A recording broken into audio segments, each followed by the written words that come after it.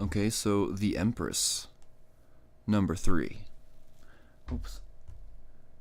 Make sure you can see that. Okay, so we automatically see here the goddess of love sitting upon her throne, surrounded by a lush, rich environment, holding her nice scepter and her crown, and all. It's just a very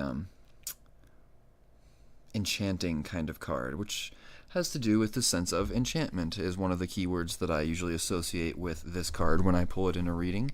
It can indicate the idea of just being very appreciative and enchanted and in love with life. She's Venus, the goddess of love.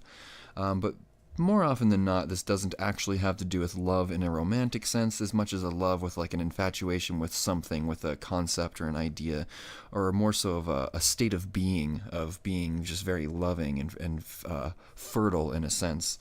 And that being said, this sometimes can indicate when you pull it in a reading that there could be somebody who is in question who might be pregnant. This is if you are ever reading for somebody who's asking if they might be pregnant, if you pull the Empress card, the answer is usually yes. That doesn't mean that every time you see this card that means that somebody's pregnant. That's not necessarily true, but it is one of the cards that indicates the possibility. On the deeper level, this kind of has more to do with the idea of, fertility again, but the idea of fertility of possibility. So the Magician, we talked about earlier, because this is really what we're talking about here, is the Fool's journey through the cards. Starts out as the Fool and then becomes wiser as he goes on. He turns into the Magician and then listens to his own inner voice, which we talked about in the High Priestess. And now as the Empress, we see the potential that can come to fruition through combining these forces, this force of intention and learning to use our own abilities of manifestation, combined with the guidance of the inner voice and the higher self.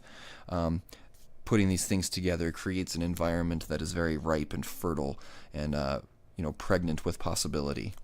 So once again, it doesn't necessarily mean pregnancy when you pull it, but it is one of the cards that can recommend that. So I usually like to throw that out there if I do pull this card.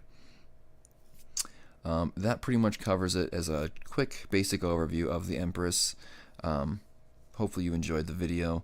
I will see you in the next video about the Emperor is the next card, and so we'll talk about that in just a moment.